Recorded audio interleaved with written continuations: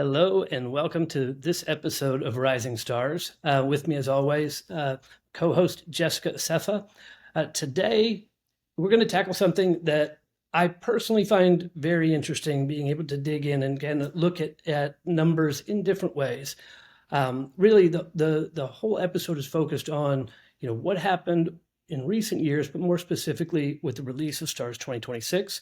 How are these changes impacting the industry in general and specific plans? And how do we think about this? How do we adjust for this? As a result, today's guest, Sabrina Zerzouri, is the lead program manager for Blue Cross Blue Shield of Rhode Island. And the way I have looked at this, they seem to be like the poster child for taking the brunt of a lot of these CMS changes that are coming down the pike. And so we've asked her to join us, and I'll tell you, I'm very excited to have her on. Just in some of the prep that we've done, makes me just want to shut up and let her just talk. I think everyone's going to be very interested and intrigued by some of the things that we'll touch on today. So before I jump in, let me just kind of set the stage with some of the things that we've seen and heard recently with the STARS data release. When I looked at LinkedIn and I'm evaluating, I'm searching STARS 2026 and the like, I saw not a whole lot of things changed, this time, kind of the same number of plans, 4 stars, etc. And that's true, but when you dig down a little bit, I think there's a whole lot kind of under the surface that's actually happening, right? If you look at just the number of plans above 4 stars, so 207, I want to say last year, 205 this year. So if you look at that, yep, pretty much the same. You look at the 4 stars specifically, 116 last year, 114 this year. Again, yep, nothing really changed. But when you look down, like, all right, who makes up those 114 plans this time? And, you saw 54 of those 116 contracts that were 4 stars last year drop out of 4 stars this time. And you saw 43, coming in. Like this shift is a direct result of, a lot of the changes that CMS, has been pushing. If you look, going back in time a little bit, going back to Tukey, everyone, I think, anticipated that was really going to negatively impact the low performing plans. We actually saw quite the opposite. The low performing plans actually saw a pretty big bump because of the weights of the measures where they got impacted, HEDIS rather than operations, etc. And the higher performing plans really took the big brunt, and that's where you saw big drops in performance. Similar thing when we're looking at the member experience, you saw a lot of the high performing plans drop. In fact, we talked about, we had 207 contracts above 4 stars last time. Would have been 244 had the weight change not happened. So, this is, I think all in CMS's intent, right? We're going to try to manage QBP and let's get these numbers down. I just find it interesting that, kind of how the shape of this curve is moving over time. And one of the things that I think is really interesting, and I'm sure Sabrina will absolutely agree with me on, is the impact of reward factor going away, EHO for all coming in. There were, I think it went from somewhere in the neighborhood of 94 contracts, 4.5 stars or above last year, and if reward factor had gone away this year, that would have gone down to 28. So really significant impact. And there were 24 contracts this year that wouldn't have received QBP or 4 stars had the reward factor been taken away. And, obviously it is now. So what does this mean, for plans? How are those high performing plans thinking about this shift that just seems to be putting really downward pressure on the high performing plans? And as some of our friends have said in the past, really doing some kind of this move to the middle of performance. So maybe just kind of kicking it off, like, So Sabrina, you guys were actually one of those plans that if reward factor hadn't been in place, you guys wouldn't have made 4 stars this time. So as a prior 5 star plan and kind of seeing some of this stuff play out, how is this impacting the way you guys are thinking about stars strategically, tactically, and the like? Yeah. Great. Mick, Jessica, thank you so much for having me. Um, can't wait to talk and get into the weeds of really the calm before the storm is how I've actually been thinking about STAR 2026 results. I've read a lot of papers that have kind of really leaned into, well, not a whole lot has changed this year. We actually saw some improvement in certain, sure. However, we also saw a lot still happening. I mean, we could go measure by measure, but some of the things that come out and they jump out at me, for one, are the cut points for some of these plan op measures, for example, appeals, call center, a big Mhm. challenge. Many plans historically, I would argue Blue Cross Blue Shield Rhode Island is in this group, have really leaned into our ability to perform very well in these measures. We've got great customer service strategies. We have great operational tactics to manage grievances and complaints that come in. And while that's still the case, we're now up against 100% for a 5 star cut point. 100% is nearly an unattainable goal. And I certainly would never tell my team that 100% is where we need to be. And so, Mick, as you ask, well, how are all of these changes factoring into your strategy today, maybe for next year? We have to consider that the program right now is really in flux. We know that in 2025, this is really the first year for STAR 2027 that EHO for All is going to count. We talked kind of in our prep a bit about this and what does it mean. Many plans may not qualify for EHO for All. We know that the maximum reward that you can get is up to zero point 0.4 points, and many of us won't quite get there as far as the eligibility with our SURF membership. Many of us will still be in that bucket of perhaps meeting that half median threshold and getting a maximum reward of up to zero point 0.2 points with 100% as our performance with our SURF members. We kind of joked and said nobody's going to get 100%. And if they do, I would love to speak with those health plans. And I think that still remains I would true, love to speak with them in that case. you know, Yeah. and, I and, mean, you and look at so the average rating. I mean, average reward was what, like 27, 28 points with the reward factor, and it's like Mhm, 11 with, EO for all. So you're right. exactly right. It's harder to hit it. It's 100% harder to hit it. And so while eHo overall is a significant change in the overall methodology, I think the way that we're thinking about it and the way that many plans are now being challenged to think about STAR and our strategy is, how do we lead improvement across the board? There's a lot of gamification that can be done at these with these measures. There's a lot of Q4 sprints that we can do to boost our scores at the end of the year. That unfortunately will no longer get plans to that 4.5 or 5 star performance. So I'm thinking about it as, let's set realistic goals where we can actually see improvement. Again, I will never ask my team to hit 100% on appeals. I don't think that's possible, and I don't want to set us up for failure.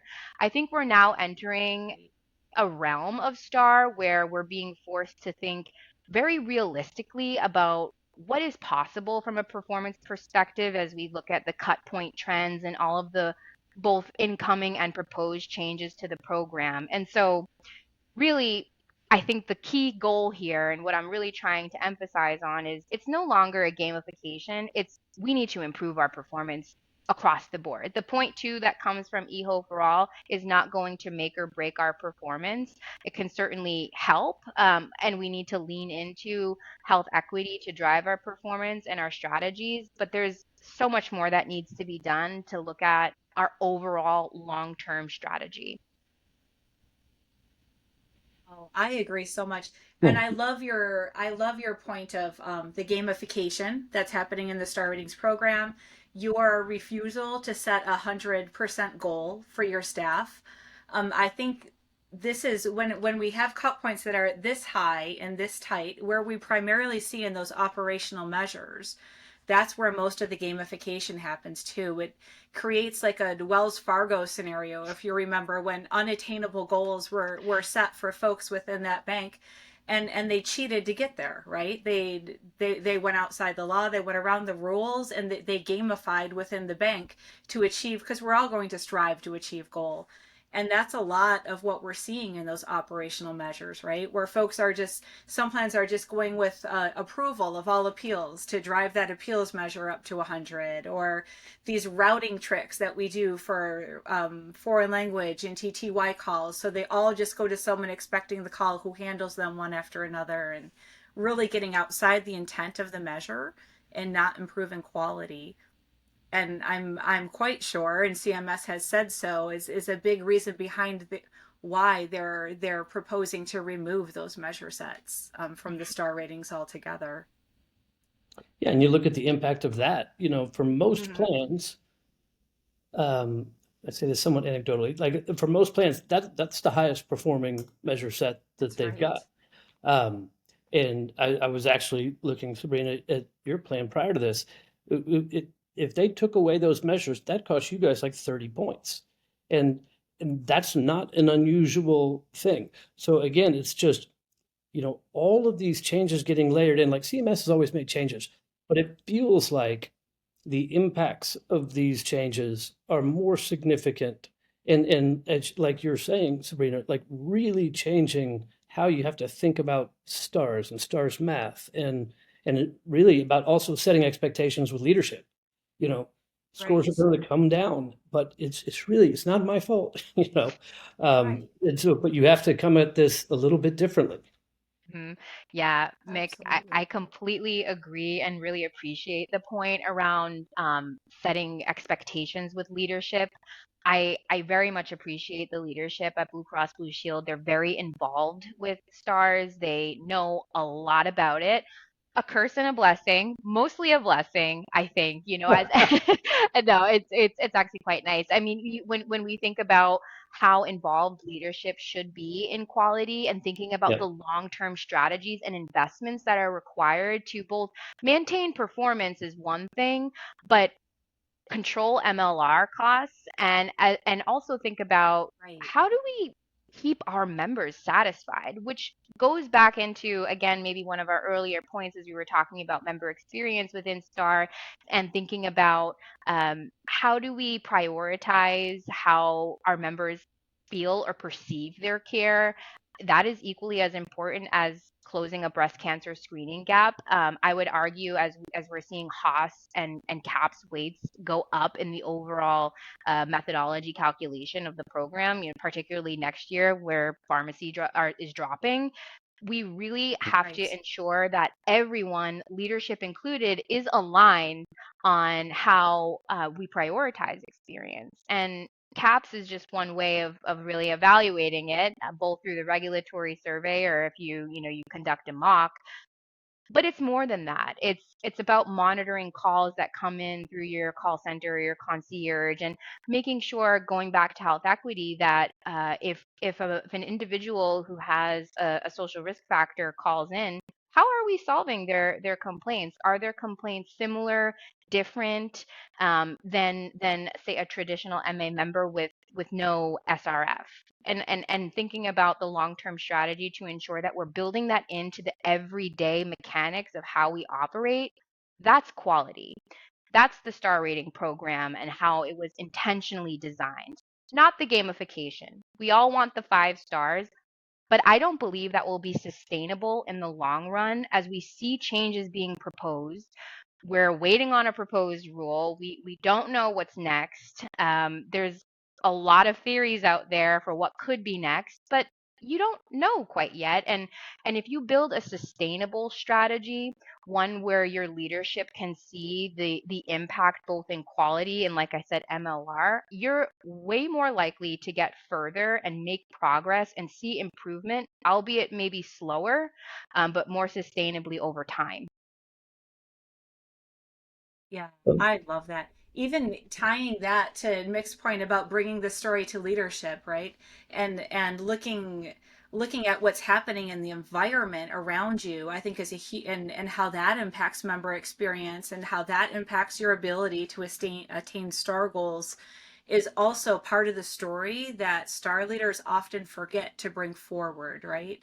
Like even just looking at, I'm thinking through your experience examples, looking at just my home state of Minnesota, we had UCare, a major carrier, shut its doors, right? They pulled out of MA altogether first, and it's causing these members to spill into the alternate health plan choice. It's one other health plan. They're all spilling into this health plan. This health plan didn't actively seek. This is not data driven enrollment. It's more of a forced migration, Hmm. right? So bringing that back to CAHPS, if you look at their rating of the health plan while they were in UCare, these are all 4 and 5 stars. Now this plan needs to take that into consideration. Plan members that were very satisfied in their prior plan are coming into our plan through what they view as a forced migration, and it is. How do we strategize and get ahead of that, right? Starting, I think it's more with all these changes we've been speaking about, more important than ever to understand what's happening locally and how that impacts the members' experience locally, and how do you get ahead of that before that hits your star ratings. Yeah, Most. when you're talking about what's happening locally, it also harkens back to, when they're rolling out a new change. It's one thing to understand it at a high level. Hmm. The outlier deletion methodology is coming, the weight change is coming, but what is it doing to your plan? Because as we saw, you could go up 38 points, you could go down 38 points, kind of depending on your situation. On average, yeah, it's going to net out that we're all going to drop 4 or 5 points, but that's not how it plays. And so, really understanding the specific impacts. And Sabrina, you said you were talking about kind of the pressure and, like, are the 5 stars even going to be there, going forward? We actually did a celebration of life for the 5th star at a conference about a year ago because we didn't think we were ever going to see it again. Um, and it was kind of a tongue-in-cheek thing, but kind of fun. But in reality, though, like we have plans that'll come to us and say, all right, so we want you guys to help us get to 5 stars. Like, all right, well, why don't we look at 4.5 stars? Because to me that kind of seems like the pinnacle. If you take away reward factor just this time, I think you had 3 plans that stayed 5 stars, and 2 of them were like 1,000 member iSNP plans. So it's really telling you, and because those are also typically, those 5 star plans are typically not the ones that are going to get that significant, EHO for all reward. So I'll be very interested to see how the numbers come out next year with the first EHO for all, first time no reward factor. But it goes back to also, like, you talked about the leadership that you guys have and how, essentially lucky you guys are that, they're as involved and knowledgeable. So how do you go about ensuring that they're staying involved? Like, some of these changes are really big, and to a degree, they're kind of nuanced, especially you start thinking about QI hold harmless. That'll throw a lot of people. How do you keep the leadership team up to date and understanding kind of what's coming their way? Mhm. Numbers talk. So there's a lot of modeling that goes on to show, well, what if? There are so many what if scenarios in the star rating program, both with consideration to current performance and how current performance, if it continues on the same trajectory, would be impacted if these changes were to roll out. I think, again, because very fortunately our leadership here is very well versed in stars, there we're very close to the regulatory side, and know, kind of what's out there, what's being proposed. My role is to help make sense of it all. What does it mean? What if QI hold harmless it no longer applies? What does that mean for our score? And while I think we can all agree that forecasting within stars is pretty imperfect. You never really know exactly where things are going to land. The more that you can model and the more consideration that you can have to some of these changes and the impact, I think the more buy-in you can get, the more attention you can get. The moment you tell leadership that our 4.5 stars or our 4-star performance is at risk, they're going to pay attention.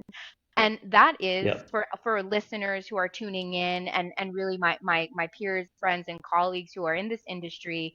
I think that the consensus is our star ratings are at risk. This is why we're having this conversation. And I think the best thing that you can do in leadership positions within the STARS program is to be transparent, be proactive, and be ready.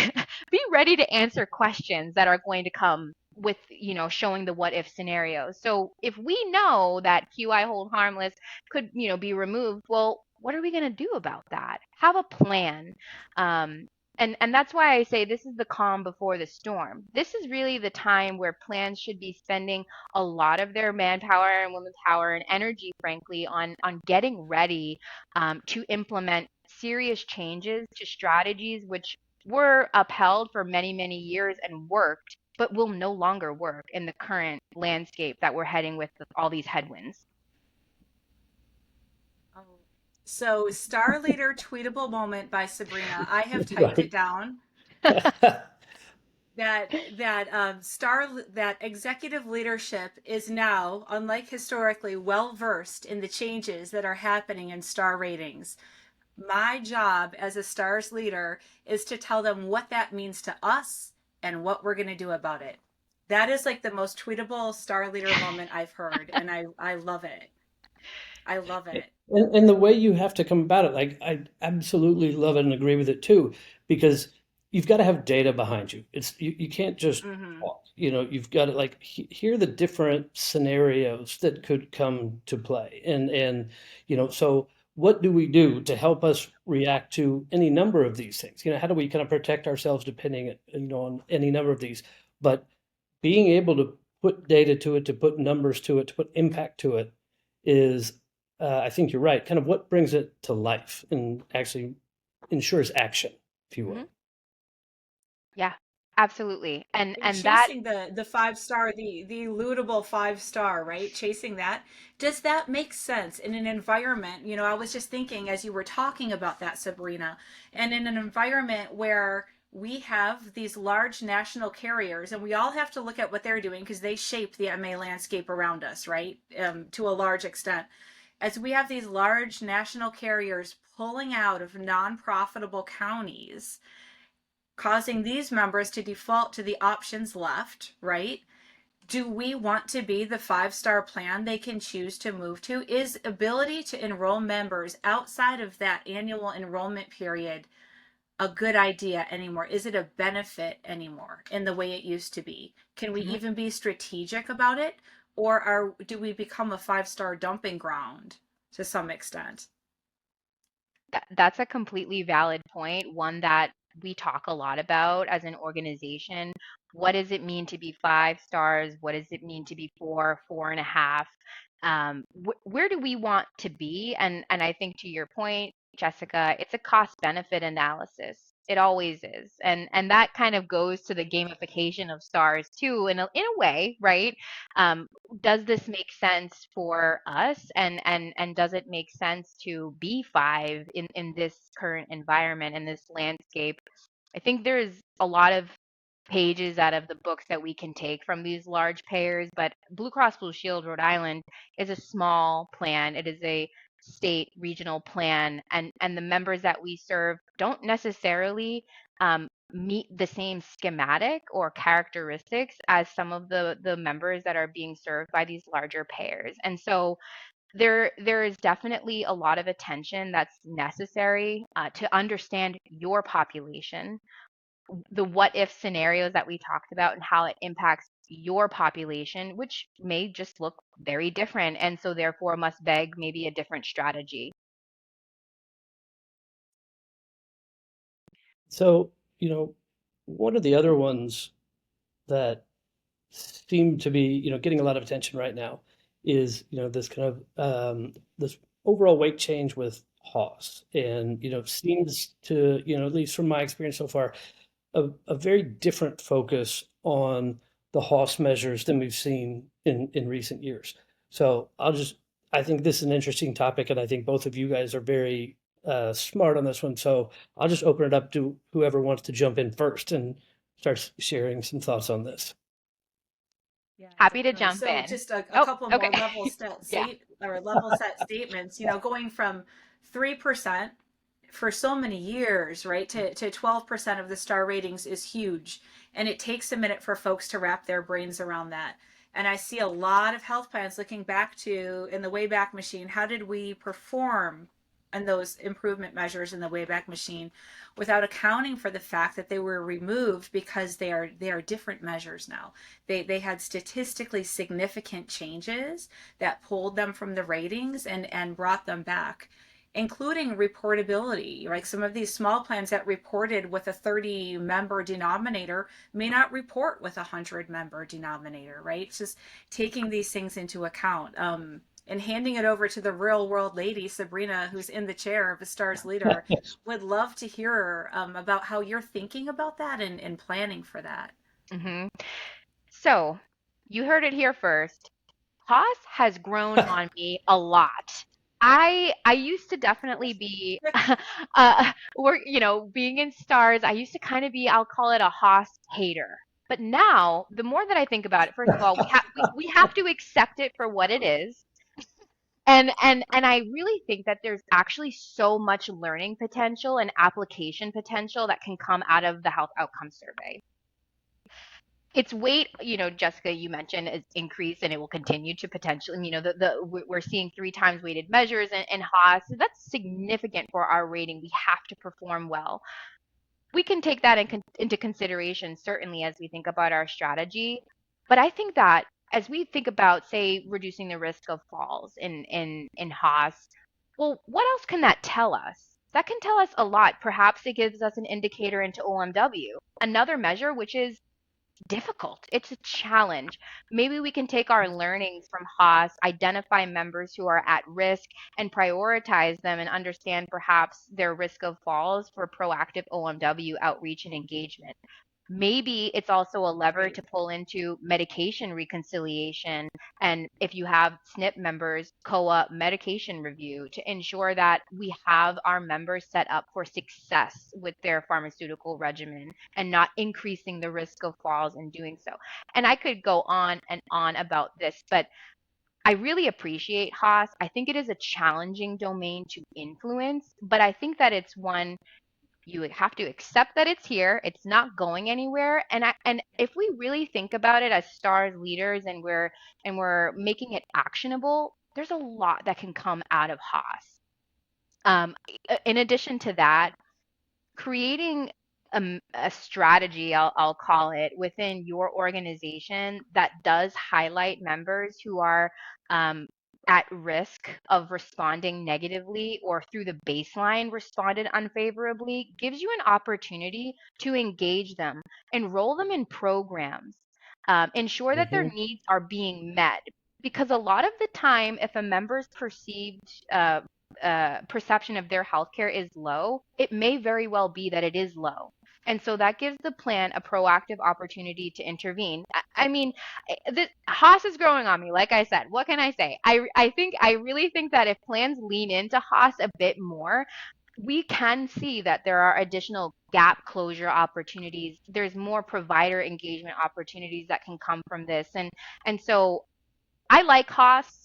I'm learning to love it even, and I think I'm actually excited to see how the increasing of the weights and whatnot are going to play into our rating. But taking that for what it is and making it more into just the domain that most stars leaders, frankly, find is very difficult to influence.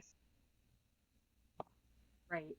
And really, Sabrina, what are those Haas measures, those outcomes measures, but a measure of how effective you are at working all the other star measures in a holistic fashion for your members, right? How well are you managing your diabetics and folks with cardiovascular disease? And how does that play out over time, right? Even if Haas data is blind to you, just doing the hard work of stars and in the right way will play out in your Haas outcomes measures 100%. I Hmm think also because they were shelved in 3% for so long and folks didn't think about them, there has folk I'm surprised how many plans I talk to that are completely unaware of the wealth of data that CMS provides to us to inform effective HOS strategies, right? So for those who don't know, the few, I mean, there Cool. you can request from CMS identified data, full cohort identified data. Just because they were on display doesn't mean they weren't being measured, and that data is sitting out there. Ask for those 3 years of data. Look at your folks at the baseline and look at those that completed the follow up and look at your claims, Part C and prescription during that time. What changed? Where are the patterns? What key diagnoses, combinations of medications, etc., resulted in a poor health outcome a couple years later? And then take and extrapolate that information across your population today and set up programs that intervene in real time, right? So there's that. There's so much more, but there is a starting place. Call Hmm. me for more. I, I was going to say, like I've said it so many times, but this is why I used to always love your posts on LinkedIn, Jessica, because it was Oh, just very, very tactical. You can go do this right now. go do And, it. Yeah. we've got, I think CAPS was, or I'm sorry, not CAPS, but HOS was kind of an afterthought, if even that, Right. for a lot of plans in recent years. Like I've talked to a lot of plans who are much more motivated around CAPS. I will say, Sabrina, you seem to be the most enthusiastic I've ever talked to about HOS, but a lot of people seem to be focusing on it more. So, like Sabrina, when you're talking to other people in the industry, your kind of peers, are you seeing that they're taking a lot of steps like you're doing, or doing some of the things like Jessica's suggesting? I think thanks to Jessica and her articles that she puts out there, folks have every reason to be more motivated to do these things. Absolutely. I see health plans often over investing in single weighted measures, right? Where just because it's become run the business, where a health plan is colonoscopy, for example, right? They have these member incentives for colonoscopy. They have provider incentives for colonoscopy. They have fit kits they're mailing out to members' homes for colonoscopy. I mean, I could go on. At the end of the day, the amount of money being invested in closing one single weighted measure is ridiculous when 12% of the star ratings is being ignored because it's hard to understand or explain and folks just want to throw their arms up at it. So couldn't agree with what you're saying more in that space, Sabrina. Yeah, Yeah. certainly. And I think, thinking about member experience broadly, roping CAPS in and HOS and really thinking about how we can engage members appropriately and meet them where they are at in their care is so critical to everything that we do. It overlaps with HEDIS. It certainly overlaps with pharmacy. And I mean, I don't have necessarily the data to say with certainty, but I could argue that it could actually reduce grievances and complaints. The more that we engage with members and help them understand what's available to them and how we can meet their needs, perhaps the less they will have to grieve about. So I think that across the board, it's got to be a priority. And, and I like what you're talking about. It layers in, and you'll see kind of the additional benefits roll out by focusing on this stuff. You'll see it more across the board. So I think I would say, like, overall, I think this was a fantastic 30 minutes or so that we've spent together. I touched on some really interesting and intriguing topics. And Sabrina, I think you've really highlighted beautifully how to think about this stuff, how to go about it, and really how to be a leader in terms of driving the execution. And Jessica, always love your very specific and actionable insights. But my sense here is, after going through this, I feel like I'm going to want to do a round two, on this one. Like, let's figure out another topic and So much more to put say. Sabrina on the hot seat again and start picking her brain. So, Let's any, do it. any kind of thoughts as we're wrapping here? Yeah, I mean, again, thank you for having me. I really enjoy talking about all of these topics with stars. There's so much that we can get into, but most importantly, plans, myself included, have got to be thinking about the long-term strategy. Those Q4 sprints, work the same anymore. Taking holistically the impact of some of these changes and thinking about those what if scenarios and planning for the worst and hoping for the best is really what we've got to do as plans now. So I agree. Always available for a round two. There's so much more to talk about, but this has been helpful and really insightful. So thank you both, Mick and Jessica, for having me. Yeah, Yeah, thank thank you. you. And I echo what you said, Mick. I hope that Blue Cross of Rhode Island sees what a gem of a leader that they have in you. Just so knowledgeable and so macro, right?